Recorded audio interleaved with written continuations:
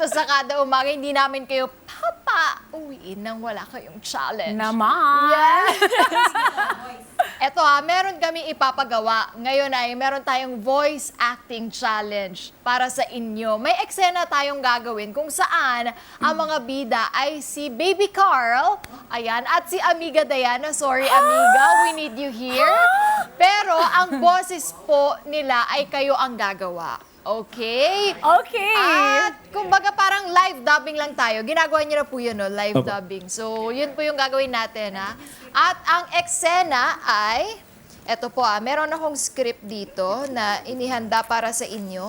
Ang eksena po nakikipag-cool off si Baby Carl kay Amiga Diana dahil naguguluhan siya sa kanyang nararamdaman para sa kanya, kaya kailangan niya ng time para makapag-isip. Pero, ay sorry, nadadala kasi ako. Pero ayaw pumayag ni Diana. Kaya naman, kayo po ang gagawa, ha? And action! Please, don't leave me. Huwag mo akong iiwan. I'm sorry, pero kailangan kong gawin ito. Pero bakit? May nagawa ba akong hindi mo nagustuhan? Wala kang nagawang hindi ko nagustuhan. May ibang babae ba na nagpapatibok ng puso mo? Walang ibang babaeng nagpapatibok ng puso ko. Napapagod ka na ba sa relasyon natin? Hindi ako napapagod sa relasyon natin. Yun naman pala So why do you want to break up with me? Dahil gusto ko ng time. Time for what? Time para makapag-isip-isip Makapag-isip ng ano? kung anong gagawin sa buhay. Ang dami mong palusot! Diretsahin mo na lang kasi ako kung hindi mo na ako mahal! Mahal kita! Mahal na mahal! Then why are you leaving me? Pero ayoko pati ikaw mahihirapan sa pinagdadaanan ko. Kung talagang mahal mo ko, we should stick together no matter what. Kung may problema ka, let me help you. That's what partners do. I'm sorry. Hindi ko na kasi alam ang gagawin ko. Gulong-gulo na ang isip ko! Huwag ka nang umiyak. Nandito lang ako para sa'yo. Mahal na mahal kita, Carl. 잘하네요. 멋지네. Naging Korean! Ang galing! Thank you, Baby Carl and Amiga. Amiga, kailangan ulit kita dito. Grabe, ang galing Lynn and Raymar. Pero nakita nyo ba mga kada, pati sila kailangan din ng action no? Para mas maramdaman. Yes po.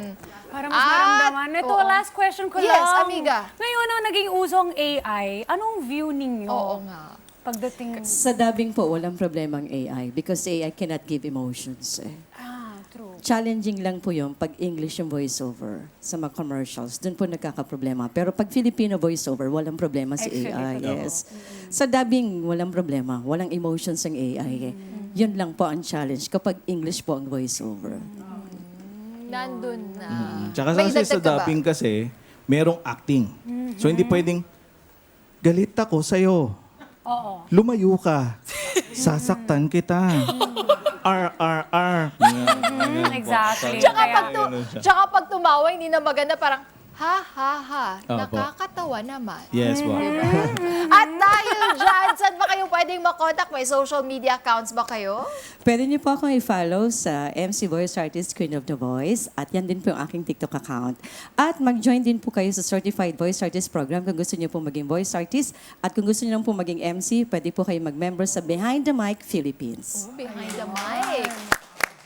And also, Ramier TV sa TikTok, sa FB page, and also sa YouTube. So, yun, Ramier TV Official. Ayos. Maraming salamat sa pagiging pagkwentuhan sa amin at sa pagiging game, Lynn and Raymar, di ba?